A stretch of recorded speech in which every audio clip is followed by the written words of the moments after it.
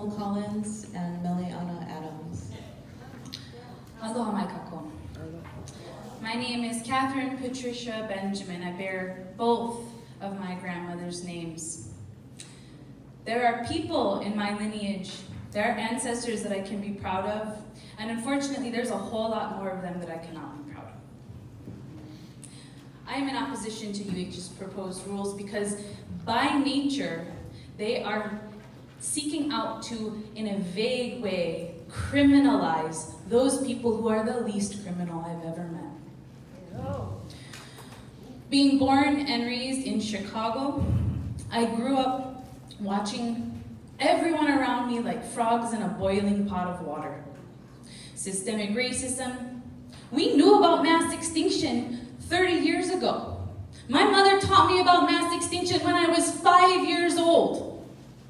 And we were made to look crazy for saying or thinking these things.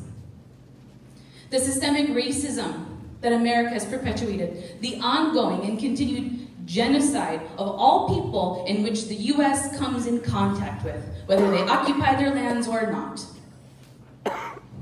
Worldwide, we're watching a climate crisis. We can't even call it warming anymore. A mass extinction that will render Earth inhabitable for people, for animals, in our lifetime. There are babies running around here. I'm 34 years old. There are women in this room who are hapai. Right now, I'm supposed to focus on falling in love, on farming, on being a school teacher, on being a healer, on having children, a family. What am I going to tell them if I know what is coming in the next 25 years, in the next 10 years? What do I tell them?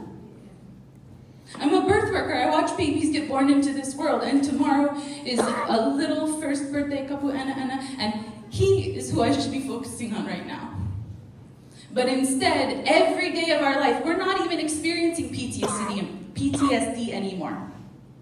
I can't even feel it from being shot at by militarized police. I can't feel it from being tried to be drowned in the bayous in Louisiana where I faced felonies. All these states are adding these rules. This is exactly what your rules look like. They look like all of the states, the down redneck states, who want to put people away for 20 years, make it a felony for protecting water that all of us drink, the same water they piped out to put in your plastic bottles. For shame. You guys know better. You look foolish with your plastic bottles. Fill your damn Hydro Flask.